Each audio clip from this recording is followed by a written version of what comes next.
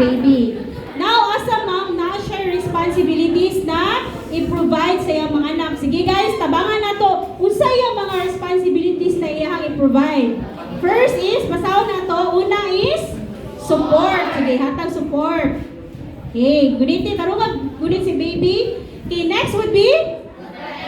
Okay, very good. Protection. Next?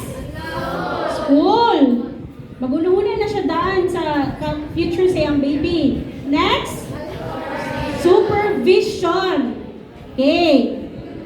Next, this month is love. Of course, kailangan di mo higugmaon ang imuhang anak. Okay. Next would be care. Next? Housing. Sige, Dawi, before ta, kaya pa girl? Kaya anong pa? Kulang pa, dagang pag-need si baby. Next? Clothing. Next would be? Sige. I-make sure na dili malumos si baby ha. Kaya pa? Sige, go. Lastly, medical. Okay, imagine mo if you are a single parent. Okay, ikaw magbit-bit na aning responsibility na imo i-provide sa imong baby. Atong pangutanon siya, unsa yung feeling karong magbuntaga? Having the situation sa iya ha. Sige daw. Lisod. So, kung i-apply na ito ni karon kung tinuod na single parent ka having this responsibility, so may maingunin mo. Ha?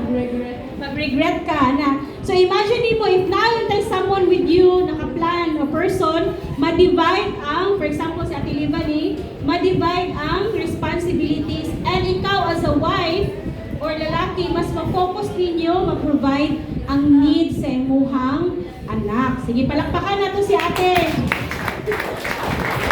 So here, nakita niyo mga situation niya na lisod, no? Having a baby with her. But actually, it is more kanang na-actually, mas lisod siya kung tinuday sa kinabuhi na ikaw single parent, kung ikaw lang ang nag-take care sa imuhang baby.